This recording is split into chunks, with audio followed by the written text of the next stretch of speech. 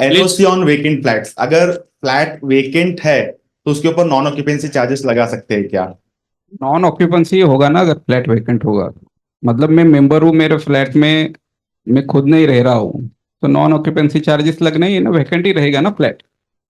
लेकिन उसका जो गवर्नमेंट का जीआर है, 10% of the service charges only.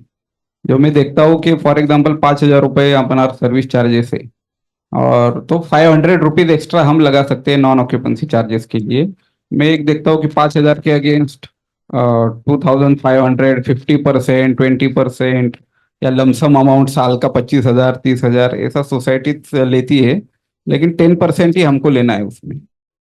Sir इसमें सब क्वेश्चन ये है कि अगर हम लोग लगा सकते हैं तो मेंबर ये क्लेम करेगा कि वो फ्लैट मेरी पोजीशन में है, मैं आते जाते रह रहा हूं वहां पे, तो in that case can it be considered as इसमें कैसा सेल्फ है, ऑक्यूपाइड प्रॉपर्टी, मतलब वो ऑक्यूपाई कर रहा है? अब वो सोसाइटी लेवल पे पता चलता है। अगर वो आता जाता है, ये सब सोसाइटी को पता है कि हफ्ते में, महीने में, 2 महीने में आ रहा है। अभी वो नहीं रह रहा है, इसका डॉक्यूमेंट्री एविडेंस क्या होता है, वो रेंट आउट किया है। इसलिए रेंट आउट अगर किया होगा तो उसका अपने पास, सोसाइटी के पास लीज एग्रीमेंट रहता है, बराबर। तो फिर हम लगा सकते हैं उसमें। हाँ रहेगा ना, फिर 2 2 महीने के लिए अगर आप प्रॉपर शिफ्टिंग करके आए।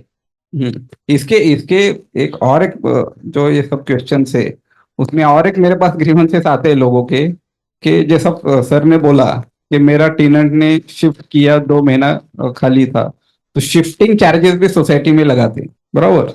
कि अगर टेनेंट शिफ्ट करता है तो उसको 1,500 रुपए, 1,000 रुपए, 2,000 रुपए, 3,000 रुपए, जितना भी वो जनरल बॉडी बोलती है, ऐसे शिफ्टिंग चार्जेस लगाए जाते हैं। और फिर ये लगाए या नहीं लगाए, लगाए तो ये वैलिड है क्या नहीं वैलिड है, तो उसको कम करो, ऐसा मेरे पास ग्रीवेंसेस आते हैं।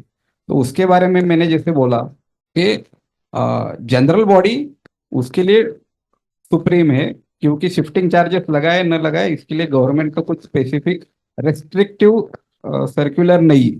और सोसाइटी भी क्यों लगाती है, तो शिफ्टिंग करने के लिए पूरा दिन भर उसका, सोसाइटी का लिफ्ट एक्स्ट्रा यूज हो जाता है, वेयर एंड टीयर हो जाता है, तो उसके लिए वो शिफ्टिंग चार्जेस लगाते हैं। तो वो जनरल बॉडी का प्रॉपर डिसीजन है। अगर जनरल बॉडी बोली नहीं लगाना है तो नहीं लगाना है, लगाना है तो सुप्रीम जनरल बॉडी होगी।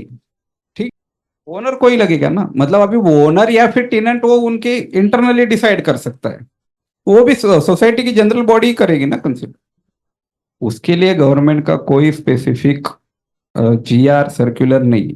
जिस चीजों के लिए कोई भी एक्ट में, जनरल गवर्नमेंट रिजोल्यूशन में, बायलॉज में स्पेसिफिक प्रोविजन नहीं रहती, उस चीजों के लिए supreme is general body decision. Yes. Sir, there are certain flats in the residential society which are owned by corporates. Companies अपना ओन करती हैं, तो उनके एम्प्लॉयज आके वहां पे रहते हैं। उनका कोई लीव इन लाइसेंस होता नहीं है। It's a perk given by the company to the employ. In that case what can be the consideration? Should be considered as a let out property? Because it's a residential building, तो commercial तो बोल नहीं सकते। Company owner है ना उस flat की, तो उसके एम्प्लॉय कंपनी, कुछ एक वो लीगल एंटिटी, वो इंडिविजुअल कोई नहीं है, एक व्यक्ति आए मतलब कंपनी। तो उसके अगर एम्प्लॉयज रहते हैं तो जनरली कंसीडर नहीं करना चाहिए उसको एज अ टीनेंट।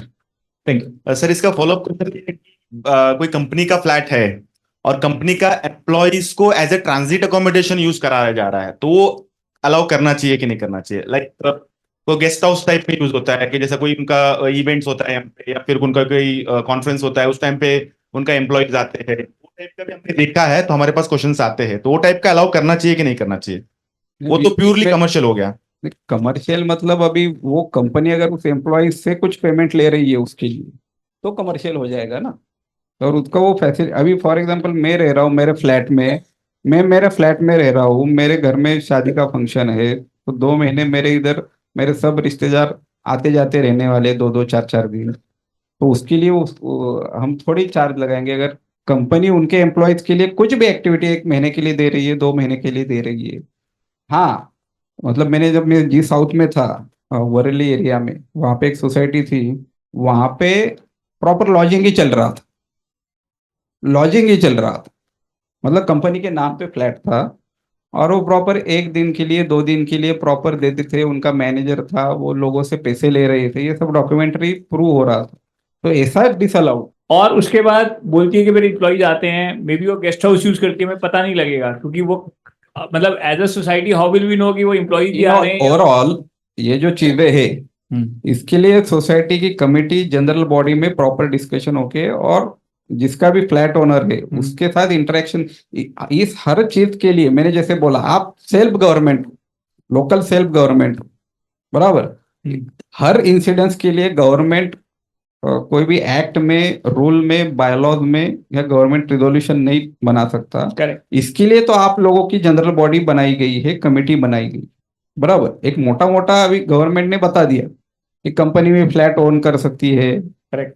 वो भी वोट कर सकती है। अभी ये जो डेली, जैसा आप बोल रहे हो कि हर ऐसे there are an number of cases बन जाएंगे, करेक्ट। तो ये इसमें जनरल बॉडी सुप्रीम होती है, लेकिन एट द एंड आपके ही मेंबर, कंपनी भी रहेगी तो आप ही का मेंबर है वो भी, तो उनसे कंसल्ट करके कभी कभी विद इन सोसाइटी कुछ सॉल्यूशन भी निकल आता है। कंपनी वो बोलती है हाँ सर, हमारा कंटिन्यूअसली हमारी वजह से शिफ्टिंग होता है या फिर डिस्टरबेंस होता है, तो हम कुछ एडिशनल पे करेंगे सोसाइटी को, ऐसा एमिकेबली रिजॉल्व हो जाते हैं ऐसे मैटर। लेकिन इसमें जनरल बॉडी ही डिसाइड कर सकती है, ठीक है।